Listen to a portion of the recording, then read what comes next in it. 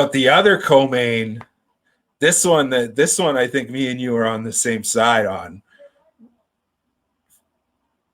with our girl who put Rose in that situation.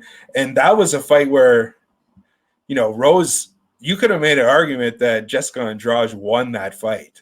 It was a pretty close fight. If you look at we've talked about this before off camera, that like, if you look at both of their faces, Rose Namajunas, her face was destroyed in that fight, and Jessica Andrade looked, relatively all right, and Rose won that fight. And that obviously isn't a measure of who won or lost, but it was just, it's nice to see that Jessica Andrade has gotten this spot against Valentina Shevchenko since losing that fight, because her dropping down in weight was probably, or moving up, sorry, was probably the best thing that she could have did. And I think she's live in this fight. That's without letting the cat out of the bag. I think she's live in this fight, big time.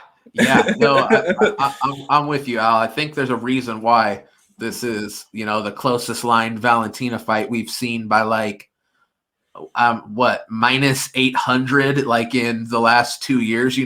Valentina, when you see her at minus 1,000, you're like, oh, well, there's still some value here. You know what I mean? Like, she's just been such a dominant champ, right? So, it is an interesting matchup. And I tell you what, man, there's a path to victory here for Andrade. It's just, I think it's a matter of whether or not she's going to go out there and meticulously stick to a game plan that can execute it. Because I do feel like at times she's kind of like female Vettori. It's just pure aggression and pure bombs and swinging hard and just all that stuff, right? Whereas, what she needs to do is be the female Vettori we saw tonight, who repeatedly hits these takedowns. Yeah, man, I'm questioning Shevchenko, her ability to get up off her back. Jennifer Maia, don't get me wrong, big, strong, heavy. Andrade, a smaller fighter who, spent time even a division down below, but also spent time up a division even from 125. Started her UFC career as a very small 135er, but man, she's got a lot of strength. Like I said, I think this fight could be interesting.